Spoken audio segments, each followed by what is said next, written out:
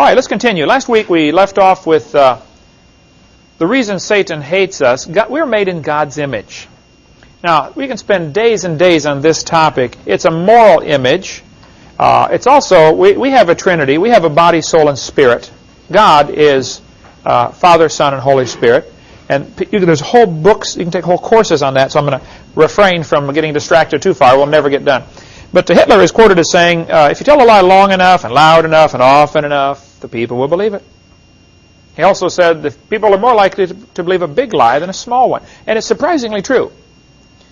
If I told you, I worked a job and I made, $40,000, people, wow, you really? But if I say I worked a job and made $1,000, you did not. They'll believe it if it's a bigger lie somehow. Just people are that way. I've got two older brothers and a younger sister. I was raised in East Peoria, Illinois. When I was about 6 years old, I came running into the breakfast table one morning, and I got the last banana out of the bowl to put on my cereal. And a few minutes later, my two big brothers came in. They said, hey, Ken, is that the last banana? I said, yep, and I got it. Any of you have an older brother or sister? You know that wonderful feeling when you finally pull one over on them? Boy, they pick on you all the time. That morning, I had them, and I knew it. They wanted my banana. But big brothers do not beg their little brother for anything. They just beat him up and take it away. So my brother said, Kent, do you know how bananas are made? I said, no. They said, well, down in South America, they have these spiders that live up in the trees, and all their legs fold up when they die, and mold begins to grow on the dead spider legs, and a banana is actually made from moldy spider legs. And I said, you guys are lying to me. You just want this banana because you know it's the last one.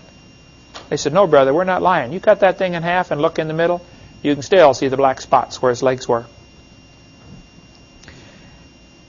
I gave him my banana that morning, by the way. I wasn't about to eat that thing. And I did not eat bananas for nearly 3 years after that. If you want somebody to believe a lie, you have to mix it in with some truth. And that's what Satan has always done. When he quoted Scripture to Jesus, he always quoted partial Scriptures. If you read Matthew chapter 4, where Jesus is up on the mountain, being tempted of the devil, Satan's technique was always, and all the cults do the same thing. They quote part of a Scripture. They mix a little bit of truth in with their lie, and it's just a technique that it works. I mean, that's what they've been using for years for rat poison. Same idea. You mix two things together. Rat poison is 99.995% good food. There is very little poison in rat poison. If I gave you a glass of water with 2 drops of arsenic in it, would you drink it? Well, it's mostly good water, but it's the poison that's going to get you, right? Now, I'm afraid that television is about the same way. There might be a lot of good stuff on there, but there's little bits of poison in there once in a while it'll get to you. It'll absolutely destroy you if you're not careful. They always seem to have, people say, oh, it's a good show, it's only got a few bad words. Well, think about it now. It's a good show, it's only got a few bad scenes. This is the same idea, to slowly get into your mind. They do this to sell Marlboro cigarettes. I share with my seminar, how that they mix Marlboro cigarettes in with cowboys, as if there's some kind of connection. Now, you have to learn to watch for this, because this is a brainwashing technique. Somebody associates smoking with being a macho cowboy. They've seen them together all the time, and now they make the association psychologically. Well, man, if I start smoking Marlboro, I'll be a cowboy. That's simply not true, of course. They do the same thing with beer. They always associate beer with sports. I tell people, stop and think about that. What is the connection between beer and sports? Do you want your quarterback full of beer when he's out there calling the plays? Do you want those guys in Indianapolis 500? Do you want them going 200 miles an hour, tanked up on beer? Watch the world heavyweight champion boxing. They're out there slugging it out. What's right on the mat under their feet? Budweiser. I tell them it's not Budweiser, it's Bud Stupid. Or Bud Dumber. They call it Budweiser, but it doesn't make them any wiser, that's for sure. The Bible is real clear about the subject. Don't touch alcohol. Now, who hath woe? They that tarry long at the wine. Let me just kick this dog as we walk by. In the English language, we have some words that are kind of limited. For instance, we have one word, love, which has many different meanings. I love pizza. I love my wife. I love my dog. Those are different kinds of love. And we know automatically what you mean by the sentence it's used in. We know which kind of love you're talking about. in the Greek language, they were kind of limited in some other areas. They have many different words for love, but they only have one word for wine, where we would have several words. We would have grape juice, grape jelly, grape syrup, alcoholic wine. So there are many different words that we have in English that they did not have in the Greek. They had one word. If it comes from the grape, it's called wine. It does not mean it is fermented, which is why the Bible says in Proverbs 23, talking about they that tarry long at the wine, and then you see in Proverbs 23:31, look not thou upon the wine when it is red. Now think about it. That means there is a time when it isn't red. It's still called wine, but once it ferments, if you read this passage carefully, when it's red, when it giveth his color in the cup, when it moveth itself aright, when it begins to stir itself as it ferments. So some people say Jesus drank wine. No, he didn't. Not our kind of wine.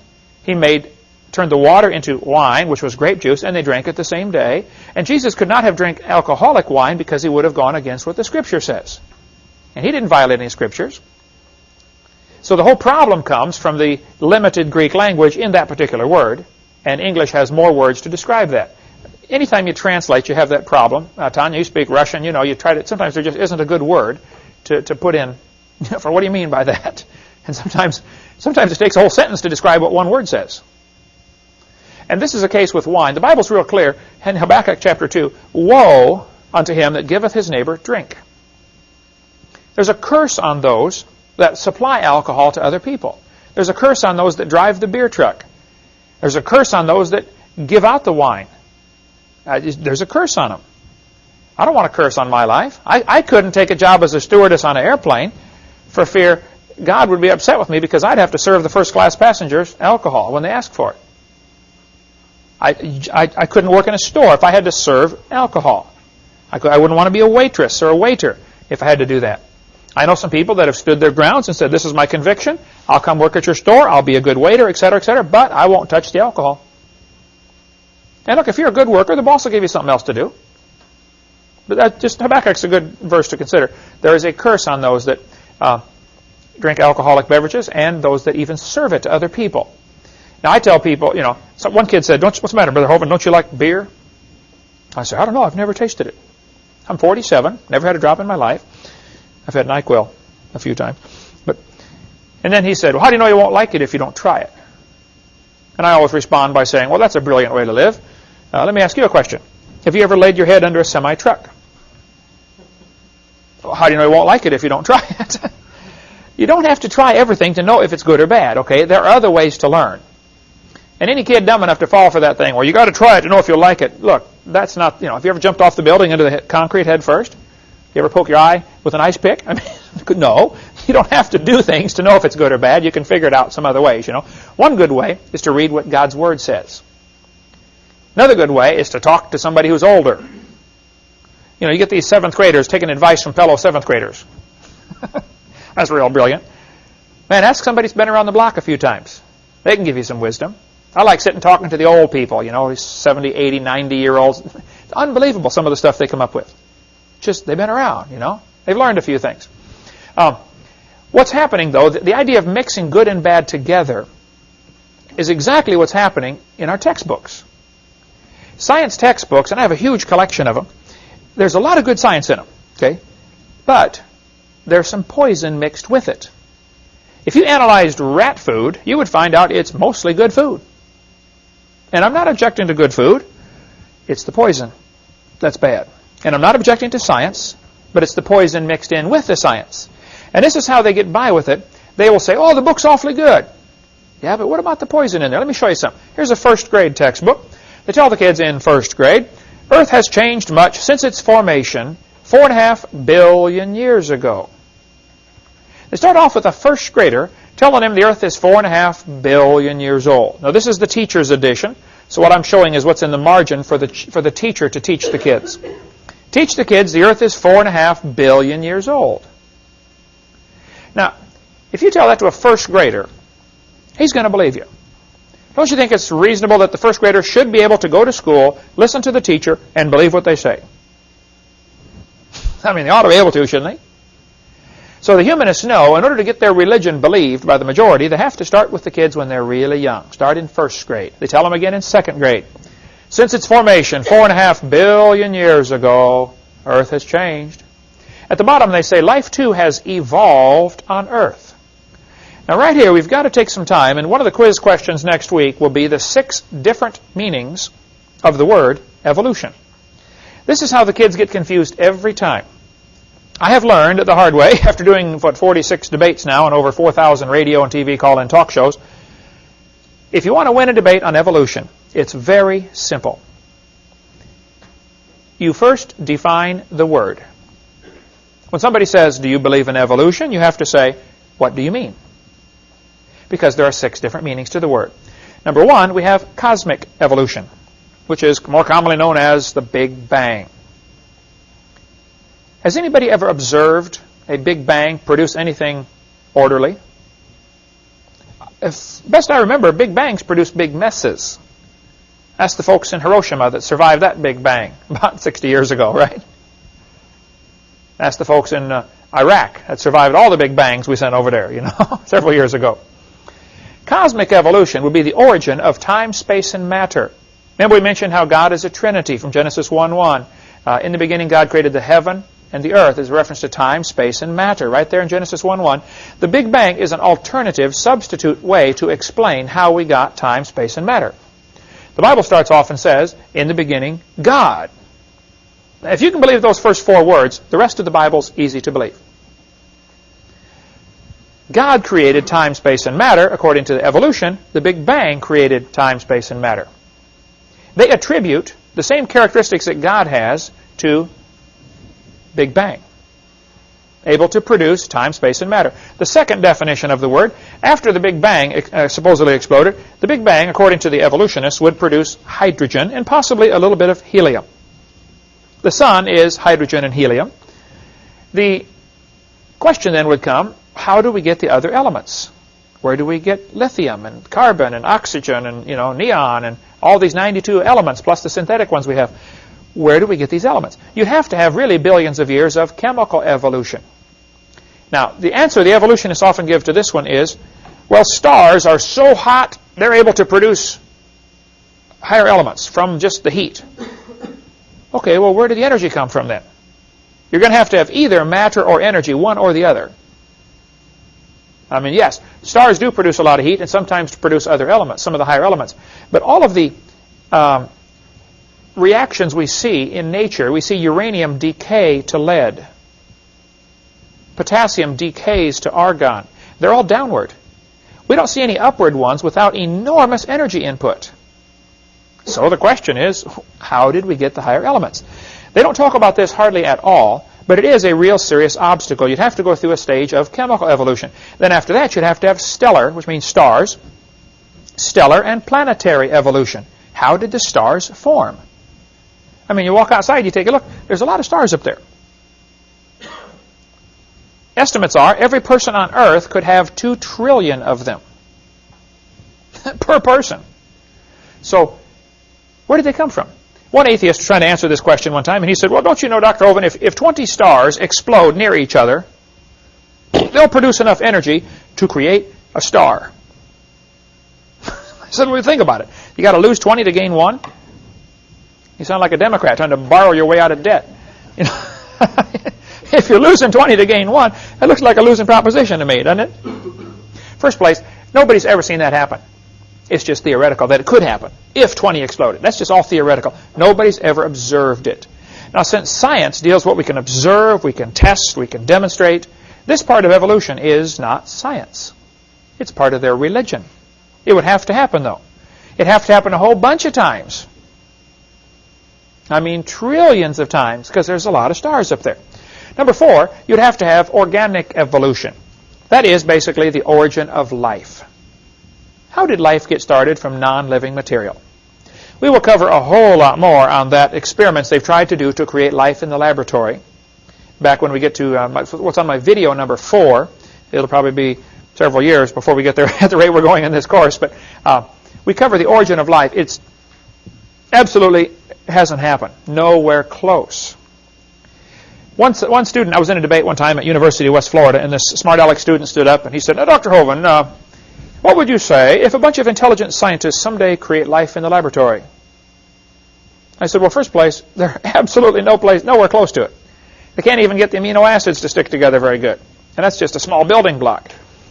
I said, secondly, I would have to say, if a bunch of intelligent scientists produce life in the laboratory, that would prove it takes intelligence to create life, which is what I've been saying all along. It would actually prove creation, wouldn't it? It certainly wouldn't prove evolution. It wouldn't prove it could happen by itself, by chance, over billions of years. And it hasn't been done. They're absolutely nowhere close. Step number 5, you would have to have macroevolution. This is the origin of major kinds. There are quite a few different kinds of animals. Where did they come from? When you get into a discussion on evolution, I would encourage you to avoid using the word species. The Bible says the animals will bring forth after their kind. Now just stick with what the Bible says and you'll be fine. Because if you get into a discussion on species, somebody's going to prove to you that a dog and a wolf are different species. And well, by our classification system, they are. There's Canis lupus and Canis domesticus, and they're different species. I point out, well, they're interfertile. A dog and a wolf can breed and produce puppies, so there really is no good solid definition of species. I would say there probably also is not a good solid definition of the word kind, but if you put a dog, a wolf, a coyote, and a banana on the table, and bring in a 3-year-old and say, which one is not like the others? He could probably tell you, it's the banana, right? A horse and a zebra are the same kind of animal. It's obviously not like a tomato, right? I'm not sure exactly where the border is between the different kinds. There probably is a little room, and that'd be a good area of study. That's an area worthy of study. But it's pretty obvious when there are different kinds of animals. Most of the cases are clear-cut obvious. Some are a little questionable. Okay, we can study the fringe if you'd like, but let's not waste time focusing on the fringe. Let's look at the bigger picture. The 6th and final definition of evolution is microevolution. That is variations within the kind. Now, this one is scientific. This happens all the time. That's what farmers do for a living, isn't it? They try to produce a particular breed that's good for their particular area. You know, if they happen to live in cold climates, they try to get a cow that can survive the cold climate. Down in Texas, where it's hot, they produce the Brahma bull, you know, which can stand the heat. Then you get the Angus that has real good beef. And so when you're in a right kind of temperature area, you combine the two and get a Brangus, which has both heat resistance and good beef. Farmers spend a fortune trying to develop a variety that's good for their area. Even varieties of cotton for certain kinds of soil. But see, variation within the kind, I actually object to the word microevolution because that's what confuses the kids. But they're using it anyway, so we're kind of stuck with their term, okay? See, when they define the terms, it makes our argument a little tougher. The first 5 are religious. They have never been observed. I did a debate in El Paso, Texas a couple weeks ago, and first thing I did, I gave the 6 different meanings of the word evolution. I said, now folks, number 6 is scientific. I wouldn't argue about that. Bacteria become resistant to drugs after a while. I won't argue about that. It's still a bacteria. Roaches become resistant to pesticides. It's still a roach. And there's a limit to the variation. They probably never will become resistant to a sledgehammer. Okay, there's a limit in there someplace, right?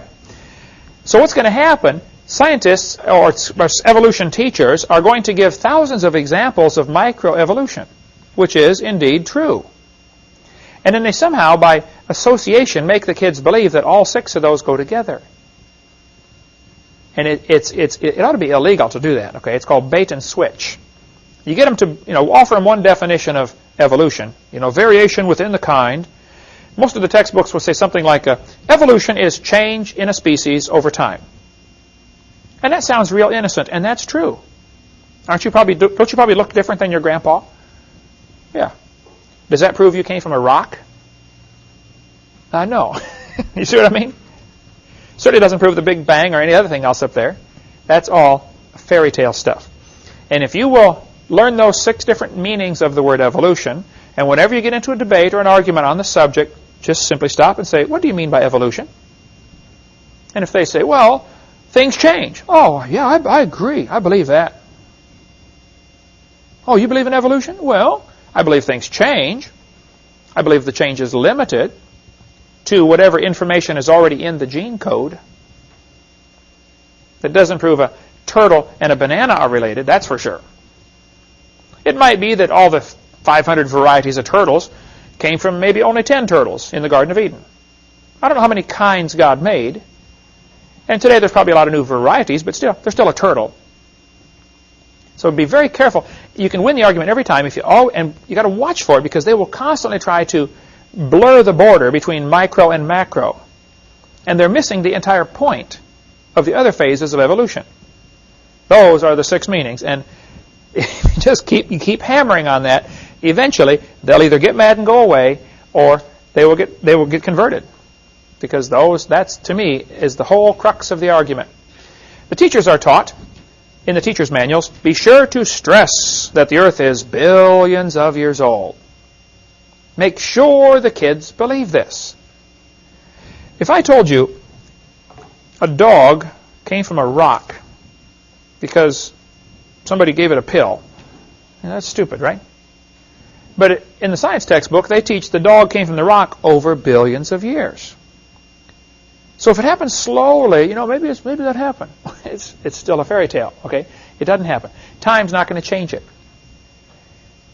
You say the man flew through the air, like on some kind of fairy tale. Well, it's obviously a fairy tale if the guy goes flying through the air. What if he goes slowly walking through the air? Is that less of a fairy tale? The whole thing that happens with evolution is they try to hide behind billions of years ago, as if that'll make a difference. And it doesn't make any difference. Okay, the first law of thermodynamics. The word thermo, where we get our word thermometer, means heat.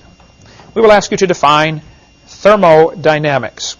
Dynamics is where we get our word for dynamite, which means power. So thermodynamics is heat power.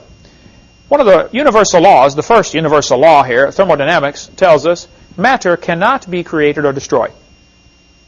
If you change something from one state to another, you burn the tree, you change it into ash and energy, in the process, something is lost that can never be regained. When you burn the gasoline in your car engine, if it's really tuned up well, is probably about 30% efficient. Most of the exploding gasoline, the energy in there is wasted as heat. That's why you have to have a radiator to keep the engine cooled down. If you could get an engine 100% efficient, it'd get 500 miles to the gallon. But so much is wasted as heat. Your body right now, we're in a room that's about 70 degrees and your body's 98 degrees. All that extra heat is heating the room, which eventually will go out and heat the yard, which eventually heats up the world and dissipates. And it's lost, and cannot be regained. So the first law of thermodynamics says matter cannot be created or destroyed, which raises the obvious question, what started it all? Had to start someplace. Let's take about a 2-minute break. Stand up, turn around, stretch. So the word thermodynamics simply means heat power. There are 3 different laws of thermodynamics. We'll get into the first and second one. The third one, I don't remember what it was. Nobody ever uses it anyway. But it's one of those things you learn in physics class and then you forget. But if matter cannot be created or destroyed, and sometimes this is phrased a little different, but this is the same concept. Basically, it says it can only be changed from one form to another. You can change matter to energy. I can burn a piece of wood and turn it into heat. It's very difficult to change the energy back to matter, though it can be done. But there's such a loss. Every time there's a loss of irretrievable energy that eventually everything will experience what is called a heat death. The universe will all cool down. It'll be uniformly cold everywhere. Now, since matter cannot be created or destroyed, this leaves us 2 choices to explain how the world got here. We are here. So there are only 2 choices of how we got here. Number 1, somebody made this world. And this is where you get into, okay, who made it? Well, there's all sorts of options there. Is it Allah or Jehovah or God or Buddha or whatever, That's where you get into all the different religions of which one is right. But the fact is, it basically breaks down into two categories. Somebody made it, or it made itself. Now, if you want to say it made itself, well, then you're in the category of there is no God, the atheistic category. If you're a theist, a person who believes there is a God, then you would have to then start to figure out, okay, which God? And what's he like, and why did he do it? You know, those kind of questions. There are some people who would create a third category. They would say, oh, we're not really here at all. We just think we're here. I think you can forget about those folks, okay? We are here. So either somebody made it like the Bible says, God created the heaven and the earth, or it made itself like the humanists say. The Humanist Manifesto, 1933, first plank was, humanists regard the universe as self-existing and not created. Now, the Humanist Manifesto was rewritten and revised in 1973. That's the Humanist Manifesto 2. That might be a good question. Humanist Manifesto, 1933. One of the signers of the Humanist Manifesto was a guy named John Dewey. John Dewey went to, I believe, Vermont and became the leader of the Teachers College. Under his direction, they produced many humanist leaders who went off and became leaders of major colleges and universities around the world, which then turned out thousands and thousands of humanist-believing teachers, which then went out and took over the school system. Education was infiltrated. To a large part of the blame can go on John Dewey, who was one of the signers of Humanist Manifesto, 1933. So we'll get into education more, but John Dewey and his philosophy of humanism, see, really boils down to this. If there is no God, then we better get together and figure out how to run this world, because it's up to us. Right? So we end up with man's wisdom. Twice in the Bible, it says, every man did that which was right in his own eyes. Well, if there is no God, then how do you decide right from wrong? I often ask people, you know, if they believe in evolution, I say, well, how do you tell right from wrong? Think about it. What is sin, if evolution is true? There's no way to tell, is there? You don't have a standard, nothing to measure it against. But the humanists believe the universe is self-existing and not created. Well, this, of course, is rather difficult to believe, and the devil knew it would be hard to believe. So he had to think up some way to sound scientific that the world could make itself. And over the years, many theories have been proposed to explain how the world can make itself. There's been the nebular hypothesis, was real popular for a long time. The current one today is called the Big Bang Theory. How many have heard of the Big Bang Theory?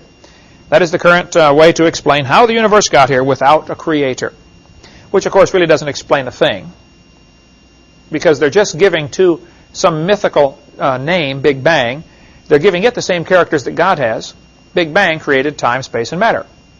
The Bible says God created time, space, and matter. So they're trying to accomplish the same thing, explain why we're here, and what, you know, who are we, why are we here, where are we going when we die, and those kind of things, without God. So the Big Bang would be their idea of the beginning. Here's a typical textbook used in Escambia County right here in Pensacola, Florida. It was, I don't know if it still is, in fact it's a 92 edition. So how was the universe born, and how will it end? Now look at that first question. Isn't that going back to the four basic questions of life? Who are we? Where did we come from? Why are we here? Where are we going when it ends? When it's all over, when we die? Every religion tries to answer that. So what they're doing here is introducing a religious concept in the schools to explain something that every human wants to know, some of the basic questions of life. Most astronomers believe. Now look at that sentence. What does that say to the average freshman kid in high school? Well, most astronomers believe this, therefore it must be true. You see how it becomes truth by majority opinion. Dangerous thing to do, okay? In the first place, how do you prove most astronomers believe that? They don't offer any evidence for how they prove that. They just make the statement. I could say, everybody knows Fords are better than Chevys. Well, just, first place, probably not true, but just because I make the statement and sound dogmatic when I make it, that doesn't make it true, does it? That's a judgment call. And this is a judgment call, but think of the impression this makes on a freshman who's taken this course, or an 8th grader in this case, general science. Most astronomers believe, well, what's the kid going to think? He's 13 years old. Well, I better believe it too then. Isn't that what's going to happen? Most astronomers believe that about 18 to 20 billion years ago, I'd like to stop right there and point out, this date changes all over the scale. I've seen some say the Big Bang was 8 billion years ago. It ranges, you see every number between 8 and 20 billion published. The fact is, it's long ago and far away. That's what they're trying to get across. Now, one of the things I do that is extremely effective when you're trying to talk to an evolutionist or a person who just doesn't know what they believe, even if I'm on the airplane, riding on the airplane, and sitting next to somebody, we get into a discussion, what do you do? I'm evangelist, I speak on dinosaurs in the Bible. Of course, they want to know, what? I get my napkin out or whatever, one of the barf bags on the airplane or something, and I draw these 2 lines. I have learned that if you just simply say 18 to 20 billion years ago, the kid reads that, the brain cannot absorb big numbers. Congress knows that. It takes advantage of it all the time. So by showing it on a graph, all of a sudden it's like, oh, wow. Something clicks between what you're seeing now and what you're hearing and what you're thinking. It all seems to fit together. So by graphing it out, on my napkin I'll make 2 lines, and I'll label one, 6,000 years ago, creation, 4,400 years ago, flood, 2,000 years ago, Jesus' life. Here we are today. By the way, I put the word today instead of a date because my chart would go out of date every year if I did that, right? Then I draw their graph. 20 billion years ago, Big Bang. And I often ask them the question, what exploded? And where did it come from? And the obvious question is, what was before that? But if you graph it out, all of a sudden they can see it's dumb. But somehow the visual, being able to see what they believe on a timeline, helps them to realize how dumb it is. Otherwise, they would just simply believe it because it's a mental gymnastic. And then 4.6 billion years ago, the Earth cooled down, which is what the textbooks teach. And 3 billion years ago, life evolved. Some say 3.8. It doesn't matter. The concept is still the same. Okay. And then this life had to. Then you have to have macroevolution to get to various life forms. All 6 meanings of the word evolution can be found on the chart. Cosmic evolution, that'd be the Big Bang. Sometime in here you'd have to have chemical evolution, the chemicals would have to evolve. Then you'd have to have stellar evolution, the stars and planets have to evolve. They would teach the Earth was one of the last ones for planetary evolution right here. Then you have to get origin of life, organic evolution. Organic means living. And then you have to have macroevolution, changes between kinds. And finally, way at the end, you get a little bit of microevolution, variations within the kind. And from here on is all we've observed. All the rest of this is imagination. But by putting it on a graph, all of a sudden they start to see, wow, that is silly, isn't it? So the textbook tells the kids, 18 to 20 billion years ago, all the matter in the universe. By the way, the word universe is a question we should ask about. Universe comes from 2 Latin words. Uni means single, a unicycle. Verse means a spoken sentence. You have verse and prose. So a universe, the word itself means a single spoken sentence. We live in a single spoken sentence. God said, let there be. See, God spoke everything into existence. Now, everything I've ever built took effort on my part. Right? God spoke and created. I can't comprehend that for sure. That's called infinite power. You know, when God speaks, the waves lay down, the wind stops, the dead come to life. The rocks cry out. Everything in the universe obeys His voice, except us. We're the only ones He's having a little trouble with right now, but He will fix that someday too, when every knee shall bow and every tongue shall confess. But for now, He's having a little trouble with us. But He just spoke. Now that's a powerful thought, that we live in a universe. And I use it on the evolutionists all the time. You know, we live in a universe. Single spoken sentence. This textbook says all the matter in the universe was concentrated into one very dense, very hot region. Now, stop right there. Where did the gravity come from to make it pull together? Very dense. Where did the heat come from? I mean, that's energy. They don't offer any explanation for that. They just say, boys and girls, here's how it happened. Now, they get mad at us for saying, in the beginning, God. Where did God come from? Okay, stop right there. Where did your matter come from? Where did your energy come from? Where did your gravity come from? They don't have any answers either, do they? It's just as much a religion as what we have. The point is, both are religious. The problem is, this religion is tax-supported. That's why I offer in my ministry $250,000 for anybody with any real, hard, scientific evidence for evolution. I get lots of letters because of that offer on my website. Even the billboard we put up in St. Louis, right next to the St. Louis Museum, where they have the temple to Darwin, basically is what it is. People would say, oh, no, of course we can't prove evolution. Can you prove creation? Ha, ha, ha. But that's exactly what I want them to say. I respond by saying, no, I cannot prove creation, and you cannot prove evolution. So my question is, since neither of us can prove what we believe, why do I have to pay for your religion to be taught in the schools? Shuts them up every time. Because that's a religion, folks. You believe 20 billion years ago, all the matter in the universe was in a very tiny dot, smaller than a period on a page? What would it take to put all the matter in the universe into a dot the size of a period? That'd take a lot of pressure, wouldn't it? This is fairy tale stuff. But somehow, remember, if you tell a big lie, people are more likely to believe it. When this Big Bang theory first got started, they said all the matter in the universe was in a sphere, I think they said 70,000 light years across. About 10 or 15 years later, they said, no, it was only 10,000 light years across.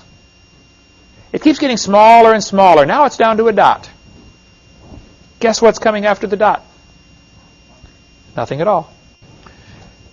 What they're telling the kids here is, we have an explanation for where we came from, where are we going when we die, who are we, purpose of life. It's all right here, folks. They're offering the same thing. But now, it's godless. You're the result of an accident. There is no real purpose to life. Isn't that what this boils down to? We all got here by chance. Which basically means, hey, you might as well have fun, because there is nothing to life. You're nothing but stardust. This destroys kids' faith. Destroys everything about them. This textbook says, by the way, used in Escambia County, all the matter in the universe, all the matter in energy will once again be packed into a small area, after many billions of years, of course. This area may be no bigger than the period at the end of this sentence. Then another Big Bang will occur. The formation of a universe will begin all over again. A universe that periodically expands and then contracts back on itself is called a closed universe. In a closed universe, a Big Bang may occur once every 80 to 100 billion years. Talk about fairy tale stuff. What they're trying to do here is avoid the obvious question, where did the matter come from? Oh, well, it came from a previous Big Bang. You see how they're trying to do that?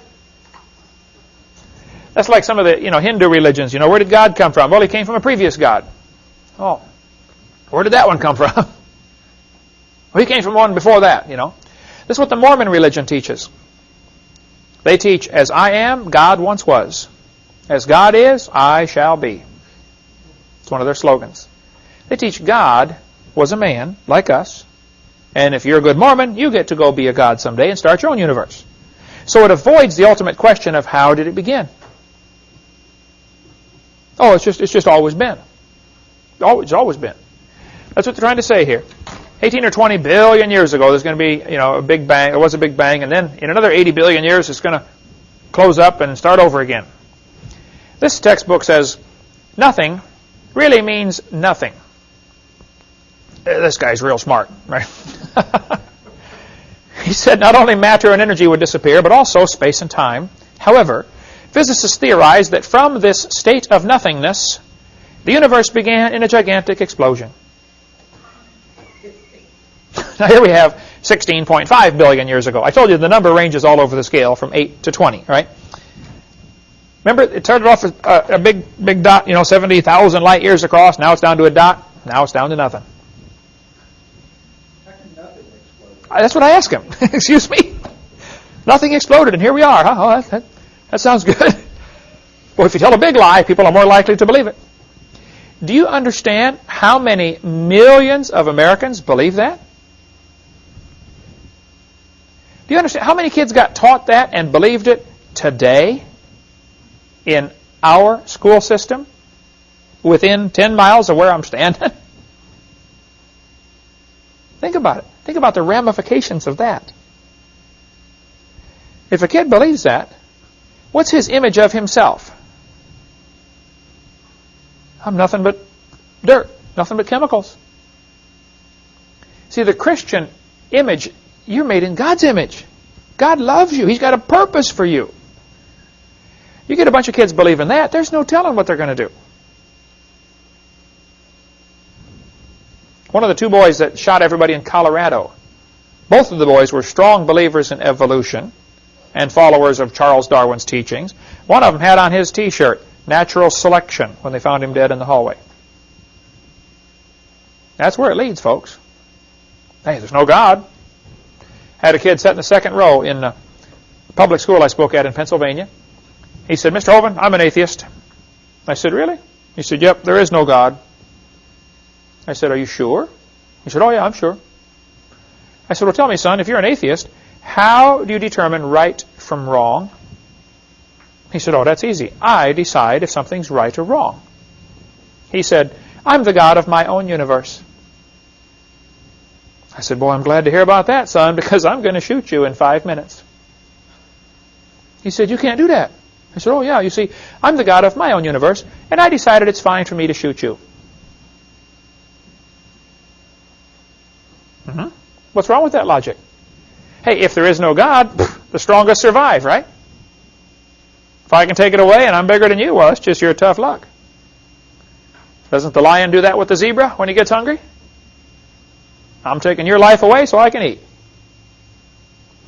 This type of thinking leads to the logical conclusion is there is no such thing as right and wrong, so might makes right. This kind of thinking leads to Adolf Hitler, Joseph Stalin, Pol Pot. We get into a lot more on that in video number 5 about how communism and Marxism and Nazism all ties in with evolution. It all starts, you have to get rid of God, which then, if there is no God, who's the next most likely candidate to be the king of the universe? Man. Humanism has to have evolution. That's why it's the humanist worldview. Deify mankind. Ye shall be as gods. Exactly what Lucifer said. And that's what's going on. That's how it ties together. This is Scientific American, which is a major science journal. I want you to look what this author said. The observable universe could have evolved, remember, 6 meanings to that word, okay, from an infinitesimal region, which means a dot. It's then tempting to go one step further and speculate that the entire universe evolved from literally nothing. They put this in a science book and call it science. I'd call it a fairy tale and put it in the garbage. That doesn't explain anything. Science is what we know, what we can observe, what we can test. You can't know or observe or test that. That's wild speculation. He's guessing, folks. He doesn't know a thing. According to the Big Bang Theory, there's several different aspects to this. One of the Big Bang Theory says that a bunch of nothings all over exploded and produced all the galaxies. So it happened all simultaneous. Oh, that explains it real good, you know. Another one says it was all in one dot and exploded and flew out in all directions. Another one, called the nebula hypothesis, says this cloud of dust all got together. Of course, obviously the question is, where did all this dust come from, right? But all this dirt in the universe got together in a little bitty tiny dot, and it kept getting drawn in tighter and tighter, and of course it began to spin. Now, the idea that the universe was spinning, which is what the textbooks teach, it spun faster. This is important, because if you go out and look at the planets or the sun or the earth or the stars, everything seems to be spinning. So where did this spinning motion come from? Doesn't it take energy to make something turn around?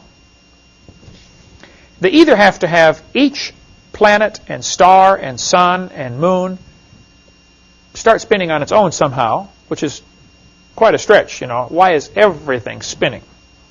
Or they have to say the initial object was spinning, and that's why all the fragments are spinning. If there was a big bang, you know, this initial object was spinning and exploded. They're faced with a pretty unpleasant choice. Neither one is logical, scientific, certainly not scientifically provable. They say this nebula began to spun. It spun faster and faster, and finally it exploded with a big bang. Of course, obvious questions are, where did the energy come from? Where did the matter come from? You know, who made this big bang anyway? And they don't try to offer any answer to that. Here's my two timelines. And again, I found this is absolutely the most effective way to get the point across. The evolutionists believe 20 billion years ago there was a big bang. The Christian believes 6,000 years ago God created. We believe in the beginning God. They believe in the beginning dirt. They're in the same boat we are, trying to answer how did it start. Now you have to watch. I do debates frequently, and it's in where was I last week? Knoxville, Tennessee. No, Coleman, Alabama the week before that. The article that came out in the paper, somebody faxed it to me. Oh, they blasted me up one side and down. They always wait till I'm gone, you know, and then blast me when I get out there to defend myself. After I left El Paso, Texas, back in October 99, the news article came out, and look at the title here. Religious and scientific leaders debate evolution. Now think for a second. What is the unspoken message here? What they're trying to imply is evolution belongs with religion. In other words, those who believe the Bible are religious and everybody else is scientific. Evolution is combined with science, is what they're trying to say. Just by the title. Is it religious and scientific leaders debate evolution? Or is it creation religion and evolution religion? See, they're both religions. But the news media seems to always put the slant that, you know, if you believe the Bible, you're not scientific. The unspoken message, there's a lot of unspoken messages here. The Bible isn't part of science. Religion isn't part of science. Isn't that what they're trying to say? There's a difference between religion and science.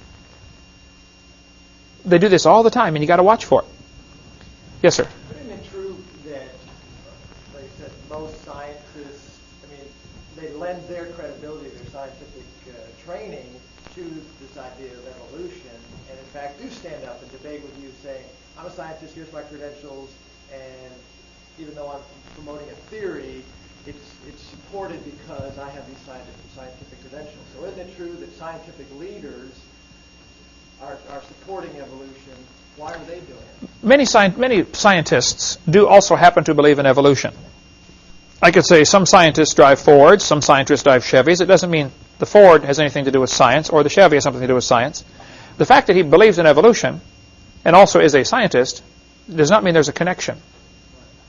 And you got to be careful with that, okay? Everybody has a religious belief. Everybody has some kind of religious belief, okay? Even atheists. So the fact that a scientist happens to believe in evolution doesn't mean what he believes in is scientific. He's just mixing his religion with his science. Also, you have to watch who gets to decide who is a scientist. The word science means knowledge. So a person who is in the pursuit or study of knowledge is a scientist. Also, if you look at what happened in the Soviet Union, 10 years ago, if a teacher stood up in class and said, kids, I don't believe in communism. Capitalism is a much better system. What would happen to that teacher? Gulag, all right? Siberia, you like snow, huh? Yeah, we can fix that, right? If they survived. Then the teachers get up in school and say, all teachers believe in evolution. Or all teachers believe in communism, or whatever.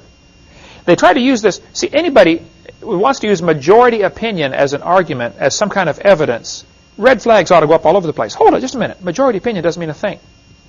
You go to headhunting society, the majority believes it's okay to cut somebody's head off and eat them. Well, it doesn't mean it's right. And so what they do, they try to silence the opposition. Rather than using logic, they use intimidation. And if a scientist does not go along with what everybody else believes, he's likely to lose his job.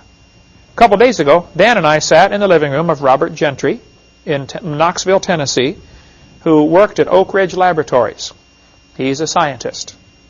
He was one of the world's experts on the disposal of nuclear waste. But he wrote all sorts of articles. They were published in all sorts of major journals until they found out he's a creationist. Right away, shut him off. Nobody will publish anything he writes anymore. Because if they do, then they're giving credibility to a creationist. And they want to be able to stand up and say, you creationists never publish in scientific journals. Well, yeah, we try, but you won't take our stuff. So that's like somebody standing up in the Soviet Union saying, well, hey, you know, capitalists, there aren't any capitalist teachers. Obviously, it can't be good. I mean, that doesn't take a freshman law student to figure that out. That's not good logic. But the technique that the media uses all the time is to try to divide religion from science. We'll get into more when we get into seminar part 4 of how Charles Lyell did that in his book, Principles of Geology, clear back in 1830. He's one of the guys, there are many people in the early 1800s, who tried to drive a wedge between the Bible and science. The truth of the matter is, all of the branches of science were started by creationists. From 1600, 1700, all the major branches of science. I defy people to name me one advancement we have in scientific information because of the evolution theory. Is that why we have light bulbs, computers, plastics, space shuttles? What good has the evolution theory done? Come up with some during the course. Or if you watch our video, send me some. I would like to know, what good has the theory done? See, if a person believes there's a creator, then he's going to look for design and order in nature. Why did the creator do it that way? Oh, I bet there's a reason for that. Let me think what it is. One guy named Murray was reading his Bible one day, and it says in Psalm chapter 8, whatsoever passeth through the paths of the sea. He said, I wonder if there are paths in the sea. You know, when they sailed from Europe over to America, they took the shortest route. Murray spent a lifetime studying currents in the ocean and discovered because of ocean currents, they could save an awful lot of time. Instead of taking the short route across the middle, follow the current. It's longer, but you get there faster. It's like having a tailwind the whole time. He got that from the Bible. You know, the Bible says the life of the flesh is in the blood. People read that and say, wow. Up until, you know, a lot of people used to take their blood out to help them get well. Clear up until 1860, they did bloodletting. And the Bible says the life of the flesh is in the blood. You can study there's a good book called Men of Science, Men of God, published by ICR, carries it. I don't know if they publish it, but you can get icr.org and get it from them. A great book. Men of Science, Men of God, showing a lot of the godly scientists of the past. You ever heard of an MRI machine? Magnetic resonance imaging. The guy who invented that is a creationist. Loves God. Believes the Bible. Is he a scientist? Oh, yeah. But see, to the average evolutionist, that guy would not qualify as a scientist because he believes in creation. So if they define the terms, who is a scientist, of course, they will win the argument. That's how they do it. That's what they're trying to do here. They're trying to define the terms. And you've got to watch for that constantly. According to the creationist, 6,000 years ago, God did it. According to the evolutionist, 20 billion years ago, it just happened by itself. Now, these two timelines are not the same scale. On the top timeline here, every inch is 150 years, which is a long time. Abe Lincoln was not even president 1 inch ago. Columbus was running around trying to find this place right there. Vikings were going around beating up on everybody right there, right? If I was to try to show you what 20 billion years looks like at this scale, this chart would actually need to be 2,100 miles long from Pensacola to Portland, Oregon. 6,000 years does not even show up on that chart. I cannot draw a line thin enough to represent 6,000 years. So they're hiding behind long ago and far away. And somehow the brain can't accept that. The brain shuts off and says, wow, it must be true. And if you tell a big lie, they're more likely to believe it. That's exactly what's happened.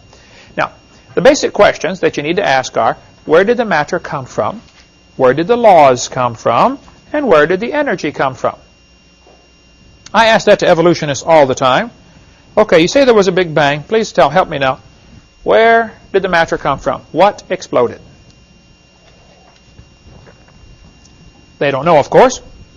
Secondly, where did the laws come from? Notice the universe is run by laws. The law of gravity, for instance. Why do objects attract each other? How does the Earth know my pen is here? If I drop it, how long will it take the Earth to figure out where it is and start pulling on it? Instantly, right? How did it know that? If I was somehow able to create something instantly from nothing in the middle of the air, 100 miles above the Earth, how long would it take to begin falling? Where did this, what is gravity anyway?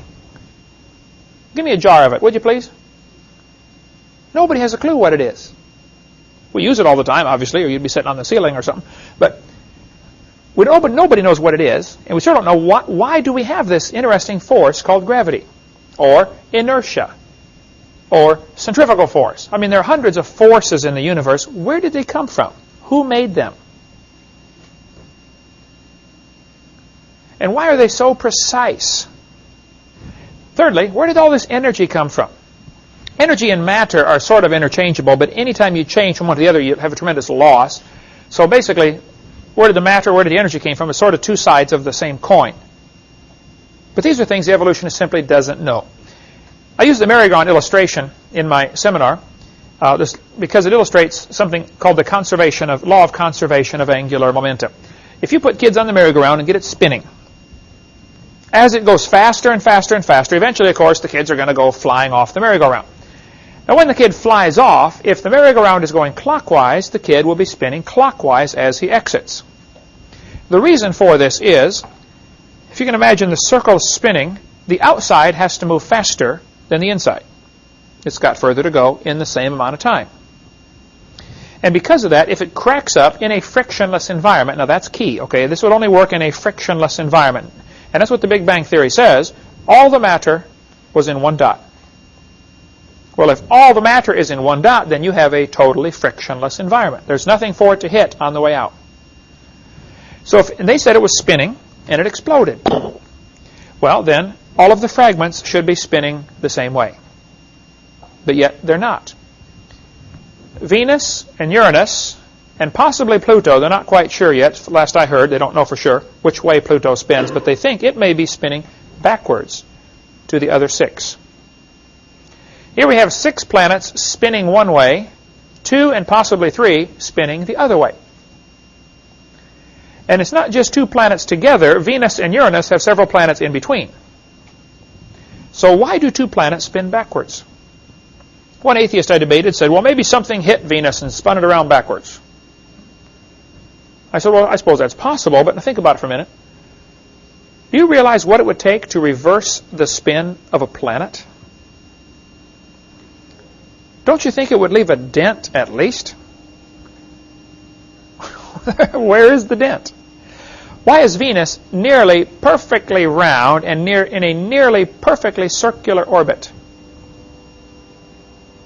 Imagine a planet spinning and at the same time going around the sun. I want you to strike it so that it simply reverses the spin without knocking it into an elliptical orbit or knocking it out of orbit.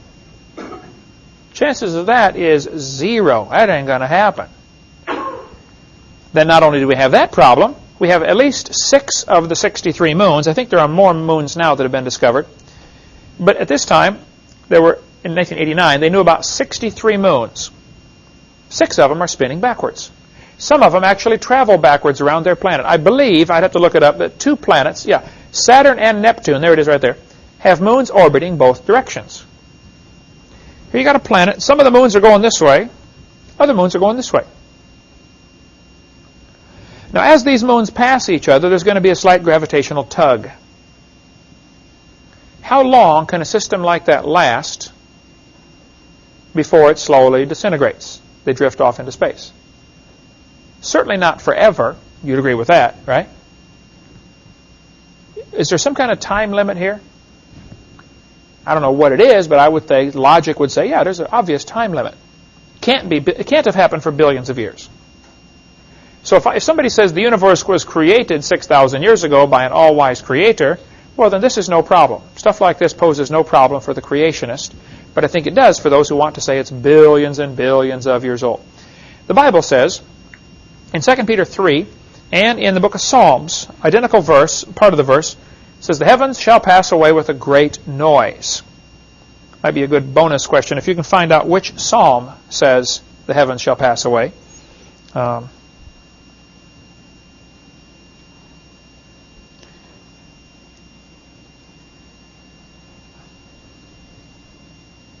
the New Testament writer here is quoting an Old Testament verse about the heavens shall pass away with a great noise, and the elements shall melt with a fervent heat, and the earth shall be burned up. Jehovah's Witnesses teach the earth is going to last forever. Is that what the Bible teaches? No. Jesus said, heaven and earth shall pass away, but my word shall not pass away. So these guys teaching the earth is going to last forever simply don't read their Bible. They're wrong. All right? So this is the Big Bang in the Bible, the great noise. If somebody says, do you believe in the Big Bang? I say, oh, yes, I do, and you better get saved and get ready for it. The Big Bang is coming soon to a city near you. It's coming, folks. Get ready. Now, the Big Bang theory has some serious problems. First of all, it does not explain where the matter came from. It does not explain where the energy came from. It does not explain where the laws came from. It does not explain why we have what's called retrograde motion. Another problem with the Big Bang that they've really tried to avoid is the fact that if there were a Big Bang, the matter should be fairly evenly distributed throughout space. But it's not. It is clumpy. There's a whole bunch of stuff together called a galaxy, and then zillions of miles and nothing. How much space is there between here and Mars, for instance? What, about 45 million miles at the closest? Between here and the sun, 93 million miles, roughly. There's a whole lot of nothing, folks. Just plain nothing. Big Bang theory should have everything evenly distributed. And it just simply isn't that way. There's a great article in Creation magazine, December 99, about the physics behind the Big Bang, how it just can't be true. By the way, if you want to really get a fascinating magazine, it only comes once every 3 months, and it's $22 a year, so you get 4 copies. Well worth it, though. Creation magazine, I'll give you a number you can call if you want to get that. Awesome articles, just very well done. It's 800-350-3232. That'd be a magazine well worth subscribing to. 800-350-3232. That's they're published in Australia, actually. Creation ex nihilo is the name of it. And the back issues are like $5 each, and they've been doing this since, 10 years. If you really want to get a tremendous library, you could spend $100 probably and get all of the back issues. And or maybe $200 or something. It's just really, really good stuff in there. Enough to read for a long time. But that article goes into the science behind the Big Bang theory. It's just a big dud. The second law of thermodynamics, and we must hurry here, says everything is tending toward disorder. Now, there are several different ways this is phrased, okay? Some people say in any exchange, there's a net loss. Several ways this is phrased. All right. Who can define thermodynamics? Tanya, heat power. Very good. Heat power.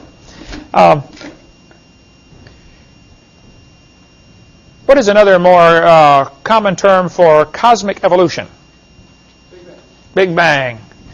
Cameraman, Eric. All right. Sorry about that. Let's see. The origin of life would be which one? Organic evolution. A crazen. There we go. All right. Let's see. The origin of time, space, matter would be cosmic evolution, Big Bang. Here we go. Okay. When was the Humanist Manifesto first written, the first one? 33. There we go. Got several got that one. 1933. Oh, that's over there, end of the table. Don't eat that. Okay. The word universe means single spoken sentence. Universe. There we go. All right. You didn't get that one, did you? See, you've got it. Universe. Single spoken sentence. How many times did Lucifer say, I will? 5 times. Oh, hey, everybody got one. Go give everybody one. Okay. Give them one. Just one. I just want. You want them? About their appetite. Okay.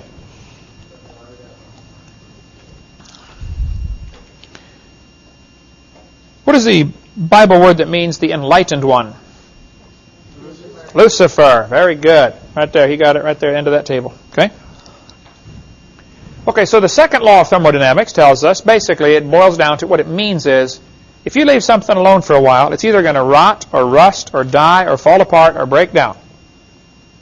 Absolutely nothing improves with time. Everything is disintegrating. Just take a look in the mirror and you will see, okay? Wrinkles, things just fall apart, right? Now, the Bible teaches that in Hebrews chapter 1. The heavens are the works of thy hands. They shall perish. They wax old as doth a garment. I believe this is also repeating one of the Psalms, if you want to find that one. There's an Old Testament reference that the New Testament author is simply reiterating what he said. Everything is basically wearing out.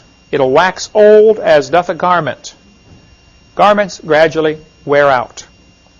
The fibers slowly eat against each other and fragments fly off and make dust, and pretty soon it's real thin, and then pretty soon it falls apart.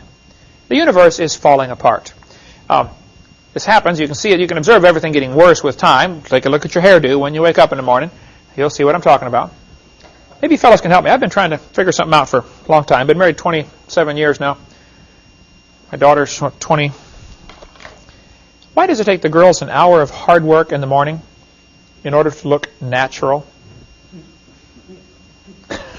If you're trying to look natural, get up and go to work. That's natural, right? No, that nobody wants to look natural. You don't want to smell natural either, do you? That's why we have whole sections of the store to sell stuff to overcome the second law of thermodynamics. Did you know nearly everybody in the world is employed because of the second law of thermodynamics?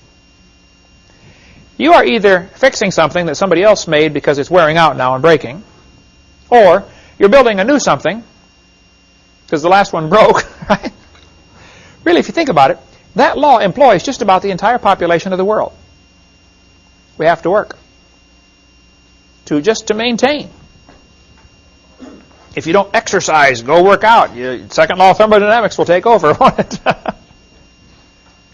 One guy said, I'm a bodybuilder. I'm building a big one. Look at this. That's just a fact of science, folks. Everything's falling apart. But I want you to see what the textbook says. HBJ Earth Science says humans probably evolved from bacteria. Now hold it just a minute. Which of the 6 meanings of evolution would that be? Macro. Changing from one kind to another. Has anybody ever observed that? No. Bacteria are still having babies, and they're bacteria, right? Humans have humans. Cats have cats.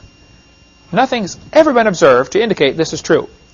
But this is in probably an 8th or 9th grade earth science book, where they tell the kids humans probably evolved from bacteria that lived more than 4 billion years ago.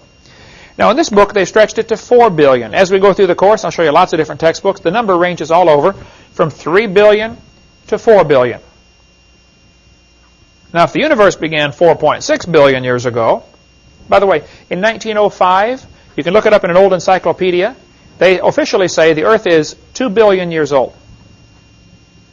Just 100 years ago, they were saying it's 2 billion years old. Now they're saying it's 4.6 billion years old. Guess what it'll be in another 50 years? Something bigger number, right? The solution is always add more time. Back in 1770, they were saying it is 70,000 years old. The Earth is getting older about 21 million years per minute, I believe. It's getting old fast. This textbook shows the kids a fossil starfish, and it says, nearly 3.4 billion years old, the remains of the early ancestors of modern human beings. Was your great-great-great-great-great-great-grandpa a starfish? Isn't this answering the question, where did I come from? Not very well. Not very well, but that's what they're trying to answer, isn't it? Evolution is a religion that seeks to answer the four great questions of life. Where did I come from? Oh, I came from a starfish. Look at this one. 30 million years ago, I stop right there. I say, kids, let me translate that for you. What that really means is long ago and far away. It means a fairy tale is coming next. That's your warning right there. Fairy tale coming up. 30 million years ago, these creatures evolved. Now, there's that word again. It says they are ancestral to both humans and modern apes. Now, hold on a minute. Apes are still having babies, aren't they? Why don't they produce another human? Only this time, let's watch it. See how it happens long ago and far away, but it can't happen in the present? They're hiding behind something that cannot be observed. It's not science. What they're saying is, that's Grandpa. Now, subconsciously, what does this do to the kid? Well, I'm just an animal. So, if I have animal instincts, it's normal. It's natural. Can you see how this ties in? Barbara Reynolds figured it out. She's a liberal journalist. Your kids go ape in school? Here's why. Right there, she said, he's being taught evolution. Johnny, you're an animal. Really? This book used right here. Washington High School uses it. Tate High School uses it. Pensacola High School uses it. That book right now, they're using it now. You are an animal. Share a common heritage with earthworms.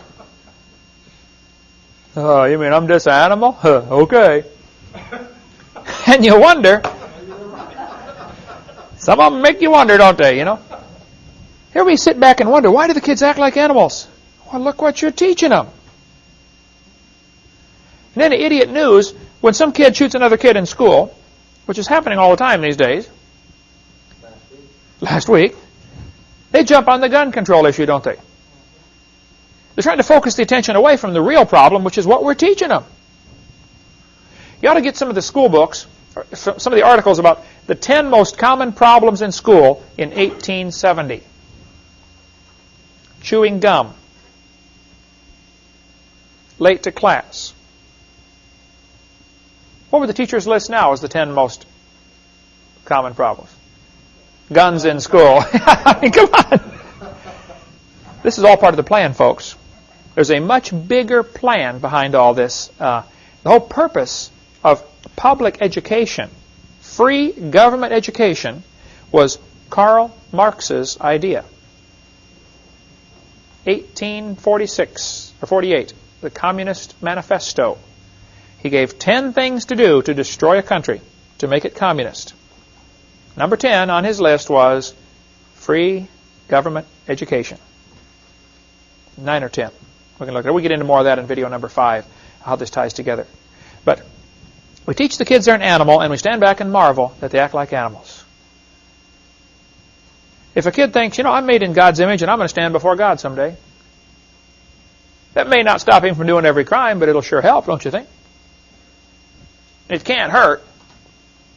Now, there have been a lot of horrible things done in the name of Christianity and in the name of various religions. I'm aware of all that. Okay. But if you tell all the kids there is no creator, you will never be judged for anything that you do. All he's got to do is figure out a way to get by. He's got to be more clever. That's all. Folks, this philosophy is so dangerous. Next week we're going to talk about teachers can teach creation science in a public school. I spoke in 5 public schools last week. Perfectly fine to speak in, or 2 weeks ago, perfectly fine to teach the Bible in public schools and teach creation in public schools. We'll cover that in the next lesson. Thank you so much. Dismissed.